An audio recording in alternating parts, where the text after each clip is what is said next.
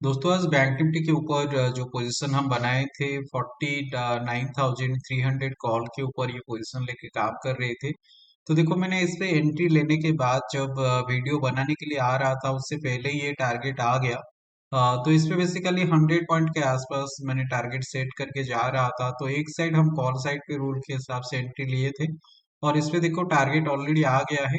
दो extra trade इसी level के आसपास छोटा छोटा ट्रेड दिखेगा। एक क्रूड ऑयल का है जो कि 869 रुपीज के आसपास प्रॉफिट दिया है और एक 46,000 पुट का एक ट्रेड दिखेगा जो कि 346 रुपीज के आसपास लॉस दिया है।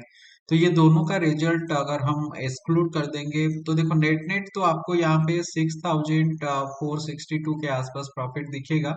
लेकिन ये दोनों का रिजल्ट अगर हम एक्सक्लूड कर देते हैं तो देखो नेट नेट हमको 5,940 रुपीज के आसपास हम आज इस पे प्रॉफिट बुक किए हैं। तो मैंने ये जो भी रिजल्ट है मैं एक बार स्क्रीन को रिफ्रेश कर देता हूँ ताकि आपको आइडिया हो जाएगा कि ये जो रिजल्ट मैं शेयर कर रहा हूँ ये एक्चुअल रिजल्ट है कि नहीं।